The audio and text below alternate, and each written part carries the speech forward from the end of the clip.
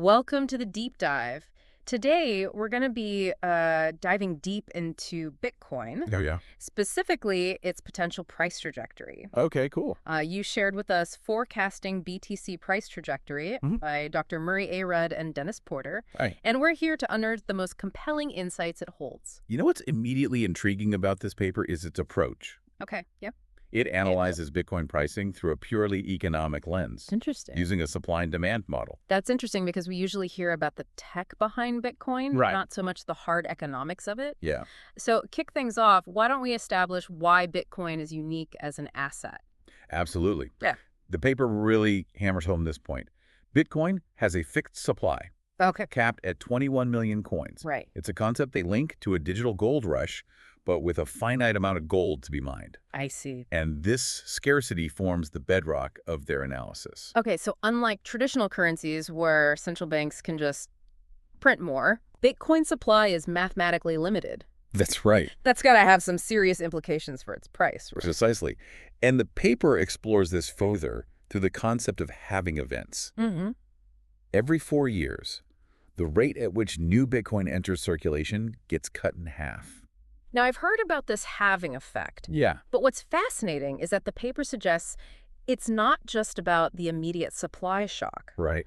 Historically, the year after a halving sees the most significant price jump. Right. Indicating there's a delayed market reaction. Yeah. It seems like investors need time to fully grasp the implications of that reduced supply. Interesting. And then we see this surge in demand. So the paper is suggesting that the halvings are like these slow-burning catalysts that eventually lead to these massive price spikes. Yeah. That's a pretty compelling argument. And to map out just how these forces might play out, they've built this supply and demand model to forecast Bitcoin's potential price trajectory. Now, I know our listeners are a savvy bunch, so I don't want to oversimplify this. Sure. The paper mentions using an inelastic supply curve for Bitcoin. Yeah.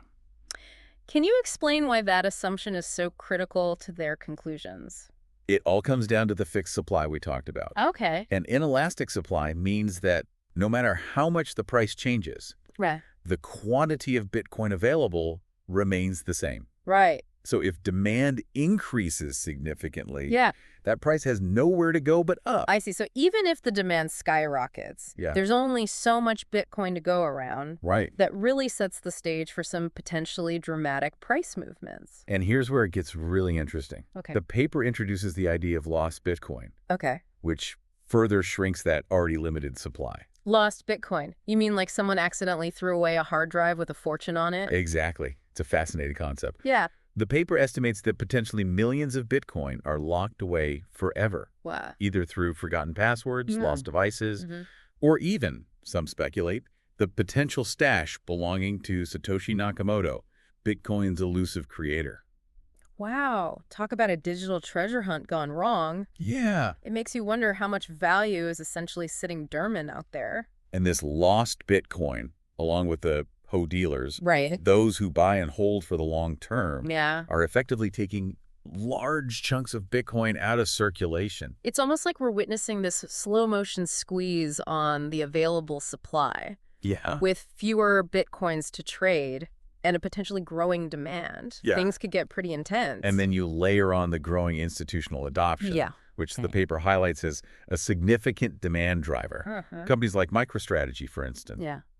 have been aggressively acquiring Bitcoin, Right. almost as if they're betting big on its future. So we have this fixed supply, a portion of which is lost or inaccessible. Right. Then you add this growing demand fueled by halving events, Yeah. the HODlers, Mhm. and now this wave of institutional interests. Yeah. It's like all the ingredients for a price explosion. That's the picture the paper paints. Okay. And it's a picture that has a lot of investors excited, to say the least. Well, before we get too carried away with the excitement, Sure. we need to understand just how high Bitcoin's price could potentially go based on this model. Yeah. And to do that, we need to unpack those scenarios the paper presents.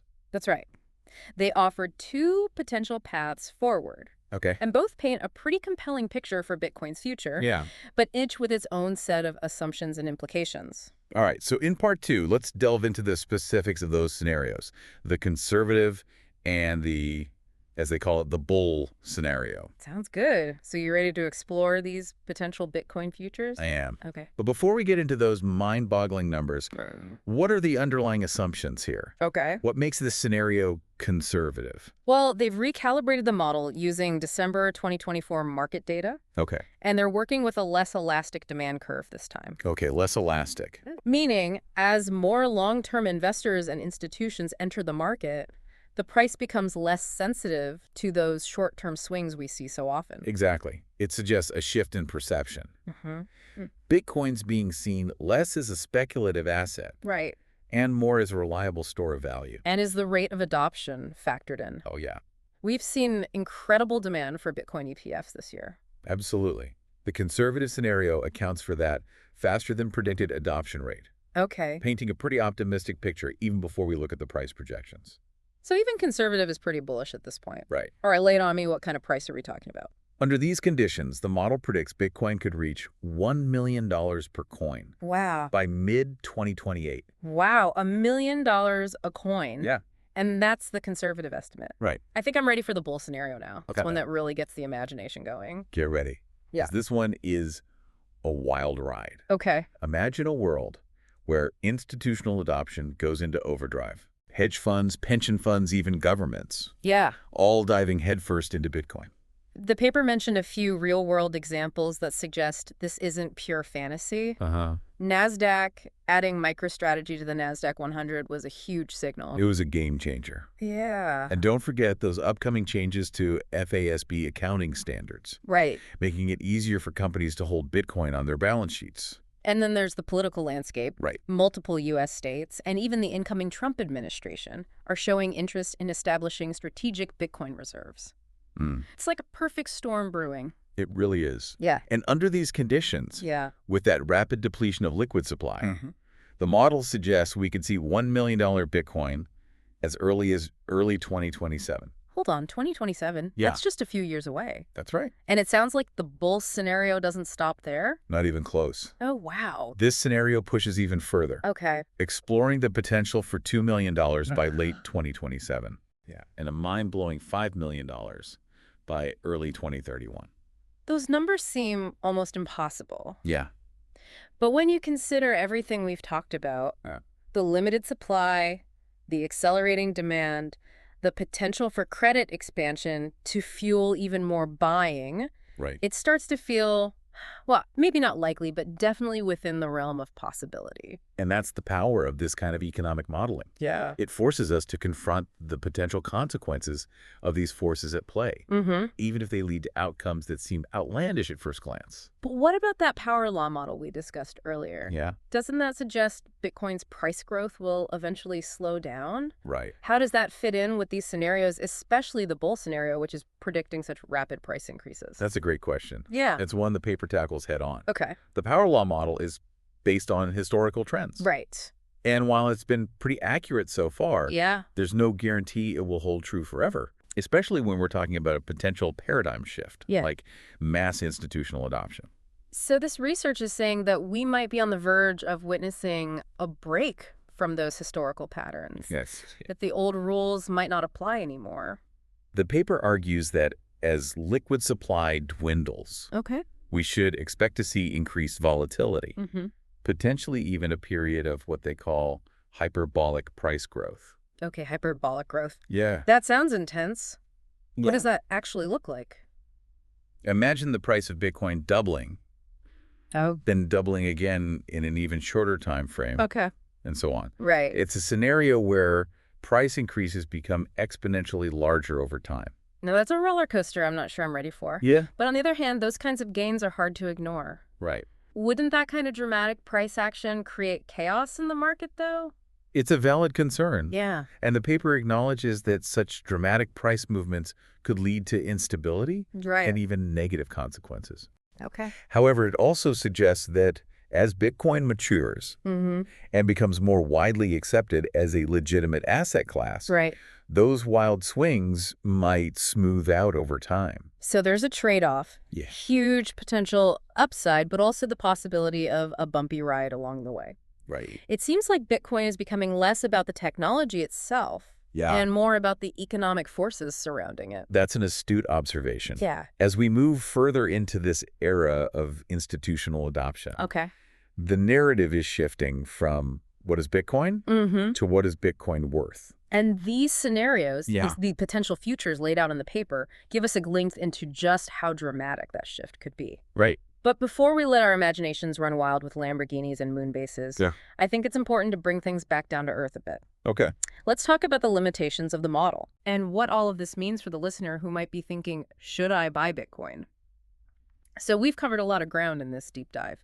Bitcoin's fixed supply, the impact of halving events, and the potential for institutional adoption and even credit expansion to fuel a massive surge in price. It's exciting stuff, but I think it's important to balance that excitement with a dose of reality. Absolutely. As compelling as these scenarios are, it's crucial to remember that models, they're built on assumptions, interpretations of data, and the future is inherently uncertain. We can't forget that. The paper itself highlights some of those limitations we talked about, the difficulty of accurately estimating how much Bitcoin is truly lost, and the uncertainty surrounding future developments that could impact the Bitcoin ecosystem.